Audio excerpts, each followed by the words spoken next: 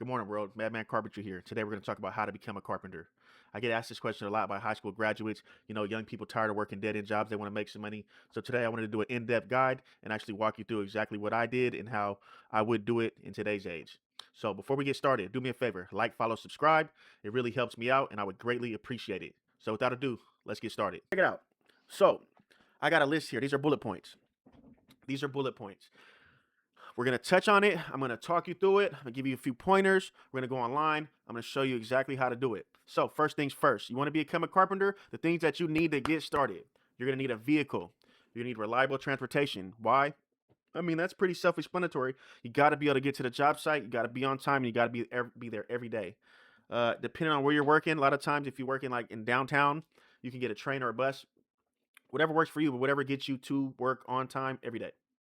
Second, you're going to need your GED or high school diploma. You may be able to get a non-union job without that, but 90% of the time they're going to ask you for that. And so if you got your high school diploma, skip this part. But to get your GED, let me show you how to do it. So I Googled how to obtain a GED in Washington. To get a GED in Washington, you got to be a Washington resident. You got to be at least 16. You got to 16 at 18, and you have to pass a test. Back when I did it, it was about $75. It looks like it'll be about $144. That's what AI is talking about. Right below, you see GD online classes. Me personally, I prefer to do it online. I don't want to have to leave the house to take that test. When I did do it, I was in a class, and how I got to that class was looking up my local community college, and they have GED classes there. And yeah, you take it, you pass it. We can move on to the next step. Your resume. It's easier than ever to get your resume nowadays. It's easier than ever. But we're not talking about just any resume. You want a resume for your trade, for what you're trying to do, right? In this instance, it's going to be carpenters. And so with ChatGPT, it's easier than ever. Whatever AI program you like to use it all. But I'm going to use ChatGPT just for an example today. And what I'm going to ask it is to make me a sample resume for a entry level carpenter position as a apprentice. Okay, let's see what it goes.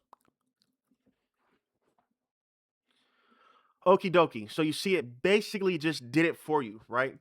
You can use this as a template. You can copy it, but man, don't be lazy, man. Put in your information, give it your own little twist, make it sound like you, right? But basically, I mean, it just did it for you, right? Boom. Little to no effort, right? That was like what? 30 seconds? Okay, so there's your resume. There's your resume. Once you have your resume, your GED, and your transportation, technically you can go to work with those three things. Now, what I want you to do is have the most chance at success. So with that being said, if you want to be a carpenter, I suggest that you make sure that you look like a carpenter. And how you're going to look like a carpenter is having some tools, carpenter bags or vests. You're absolutely going to need boots, safety glasses, gloves, and maybe a hard hat, depending on where you're working. You're gonna want those things. You're gonna want to look the part. You're gonna want to be able to get the job. If you show up to try to get a carpenter position and you're in gym shorts and a t-shirt and tennis shoes, you probably aren't gonna get the job, right? So invest in success. Here I have a list of tools that you're gonna want. This is entry level: framing hammer, speed square, tape measure, razor knife, carpenter pencils, and a 2 to 4 foot level. I suggest you get a toolbox as well. Right now, for those of you just now deciding that they want to be in the trades, you will need to know how to read a tape measure. So when you buy a tape measure, if you're not affluent in your fractions, and what I mean by that is your sixteenths, eighths, quarters, inches, you're going to want to be able to communicate that because that is the carpenter language. So if you can't do that and you can't do it quick, I would get a beginner's tape measure. You see here, they tell you eighth, quarter, 3/8, half. And, don't be embarrassed if you can't read it already because, a lot of us haven't looked at a ruler since grade school. And, even when I first got in, I was counting like 1 tick, 2 tick, 3 tick, 4 tick. I was saying shit like that. And, I probably was getting yelled at for it. But here they have dummy tapes. Sorry for that. Not dummy tapes, but beginner tapes. Right? So there you go. You're going to want to get one of those if you can't read a tape fast. Next. Once you have all those things in subject line number one, I would suggest that you apply for your local union apprenticeship program. And you do this first because this reason. You will be put on a waiting list. And depending if there's a lot of union work in your area, you will either get to that list really quickly or it may take some time. I know out in Washington right now it's pretty slow, so it may be a year, maybe a little bit longer, who knows. But you never know. If you are very adamant about getting into the union, you can apply and you can start going to the local hall and speaking to some of the people that have pull, some people in power. You might run into that guy that likes you and he gets you in that next day, right? So it's up to you how bad you want it. I know when I signed up, I made sure I was talking to all the people that can get me in, right? And I made sure I was giving them a good spiel. Oh, I want to be a part of the brotherhood. Oh, I want to, right? And I got in. Now, when you're applying for the local union, they're not going to UA you right away. But when you get accepted in, you will be UA'd. So all that y'all smoking, all that other shit y'all doing, it ain't worth 100K a year. You know what I mean? And that's what you'll make once you become a journeyman. So you got to decide whether your habit is worth your career, right? Okay. So finding your local union in your area. Google.com. Local Carpenters Union, Washington. Boom. A bunch of them are going to pop up right here. These are going to be very useful, but I'm going to go to the main site for now just to show you what's up. Carpenters.org, join the union, right? WesternCarpenters.org, all these are the local union, right? Join the union. You ready to join the brotherhood? Start here. Name, email, phone, gender, local, where'd you hear about us, da, da, da. Send it. They're going to email you back with probably a application. You fill out that application, boom, that step 2's done, okay? What I would do and what I would suggest you do is go back here and you see these right here. When you click on it, there's an address, there's a phone number. I would call them up. Hey, how do I apply for the local apprenticeship program? Back when I was going on, I called the local union. They said, hey, go to Renton Technical College, go fill out an application. And that's what I did. I brought my driver's license. I brought my social security, birth certificate. Just bring all 3 just in case so you don't have to drive back there again. And bring any experience you have. If you have any experience in the trades before you go sign up, how you prove that is that if you work for someone doing construction, you would go to DSHS and ask them to print you up your social security, whatever you have in social security. It'll come up with a list of jobs and it'll have hours worked. You will highlight each job that is construction and they will have an idea of how much experience you have if you have that. That will help you bypass maybe a period or two, 6 months to a year of the program. It's a 4-year program. Bring that stuff with you. Fill out the application. Try to see if you can meet someone that is in charge. Hey, who's in charge here? Who's in charge of the apprenticeship program? Oh, hey, do you have their contact? Boom, call them. Hey, I really want to get in. I'm very eager. I work like this. I'm a hustler. You can count on me to get in. Boom. You never know. They might get you right in. But I'm hitting all the sites. Whatever's close to one. Boom. Address, number. Calling, I'm going. Calling, I'm going. I'm calling, going. You get the deal, right? Okay. Once you do that, step 2's done. Now, this should have been in step number 1, but this will be in this as well because you're still kind of in step number 1. You haven't went to work yet.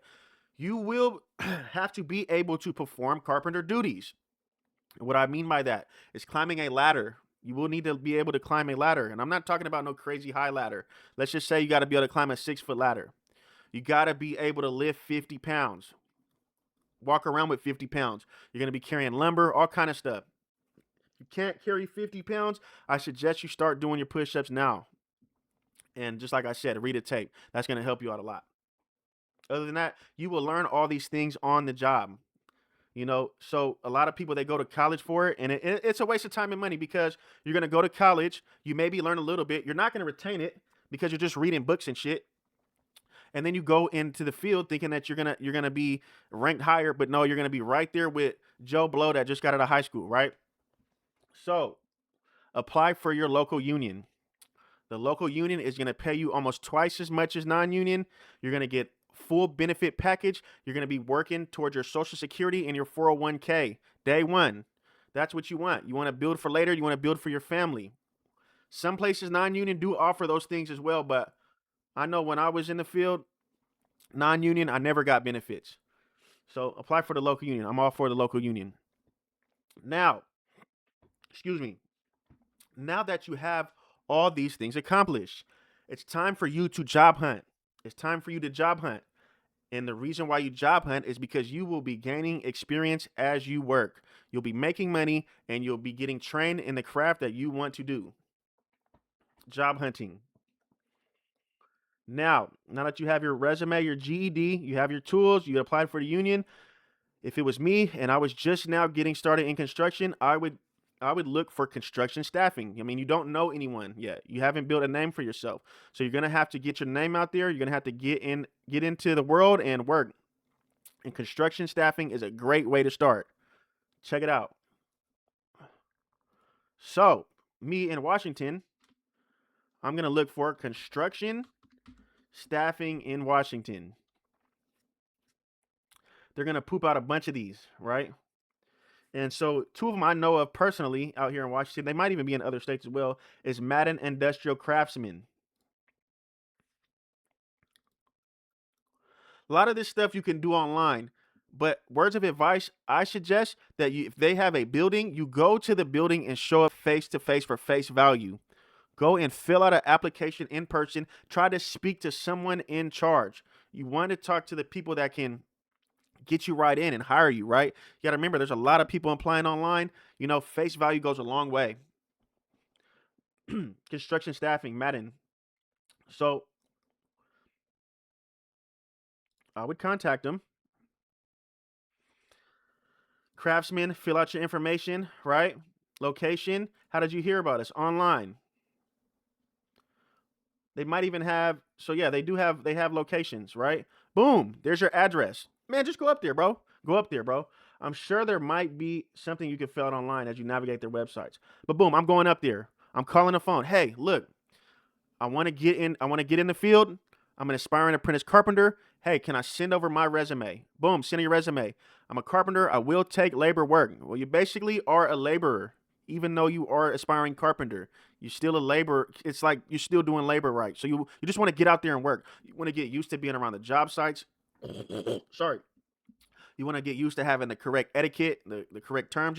You're learning everything as you're there every day. So you just want to get out there. You tell them you take labor work. You tell them you do carpenter work. Contact them. Go fill out an application. It'll probably be the same thing, a UA, whatnot, right? There's many of them online. Tradesmen. Contact them, dude. Contact them. Just contact them. Call them, right? Call them. They have things like Craigslist. Craigslist was a hot one for me when I was coming up because those guys need guys right now, right? Be careful. Make sure it's legit. Don't go. You can try to go work for cash, but you never know. Worst case, I never had it happen to me, but don't get fucked over for your money, man. But I would go into general labor, right? Here you can put in your locations and whatnot. I believe I'm already in Seattle. But you're going to go through, they're going to have a bunch of shit like landscaper, right? You're looking for shit like this, construction and service tech, right? You're looking for the requirements. It says that you need 2 years. Dude, I just send out my resume anyway, right? Shit like that. They need a apprentice. I send out my resume anyway, even if I didn't have 2 years. You never know. They might give you a chance, right? We got another one here. Small construction company, family owned. They need somebody. They need somebody to go work. Look, need it ASAP. Boom. Send off the resume. You got it ready. Boom. Send it off. Apprentice, 22 to 25. You're going to start that. Fuck McDonald's, right? Just read what it says. Maybe shoot them off a message. Hey, I know you were looking for this. This is what I am. I work hard. If you don't know what to say, shit, even go back to ChatGPT. Copy and paste. Hey, man, what's the best response? You don't know what to say. Boom. Craigslist, right? You're looking for construction staffing. Now, last but not least, this is online, right? You can send out your resumes. You can go out on foot to these staffing agencies. I guarantee you will find a job so fast that way. But another thing you can do, like I said, face value. When you're driving out and you're going to go get your lunch, you're going to go hit the gym, you're just out here hanging out. When you see these job sites where it looks like they're building, go and talk to the people there. Go and talk to the people there. Shake a hand. I can't tell you how many times I got a job by just going to talk to people. Hey, who's doing this, man? I'm a carpenter. I'm looking for work, man. Hey, man, I'll do whatever. Boom. They hire you next day. Bring your tools. Boom. it might be a good situation, right? Until you get into the union. At the end of the day, your number one goal is experience. So keep working for your experience. Now, that's pretty much it for getting your foot in the door. That's going to get you a job. Once you get a job, your foot's basically in the door. You're going to stay on that path. When you run out of work or you get laid off, you're going to do the same thing again, right?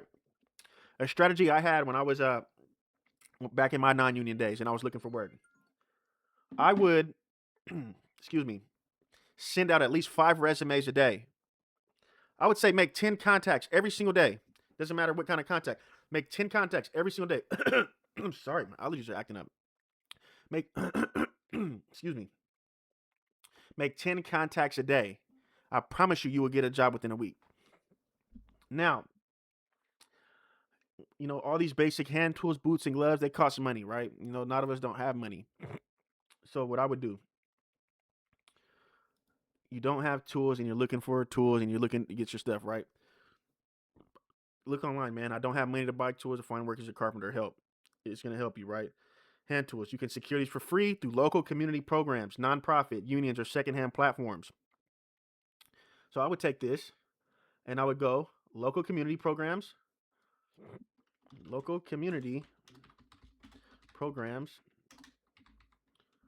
that help carpenter tradesmen with tools. Okay? They're going to print out a bunch of this stuff, right? This is all stuff that you could look up yourself, right? I didn't know they give up tools, but a lot of these colleges, they help it out, right? Go and speak to someone. Hey, I'm trying to get in the trades. I can't be accepted in here. Anybody help me with tools? I work for tools, whatever. But you're going to need to have these things. So exhaust all options that you have. Do me a favor. I think I got everything. I kind of touched on everything. If there's anything that you guys saw in here that you have questions about or you have questions in general, please, please comment on the video. I will answer all questions. I hope this helps you out. Get out there and make it happen. Peace.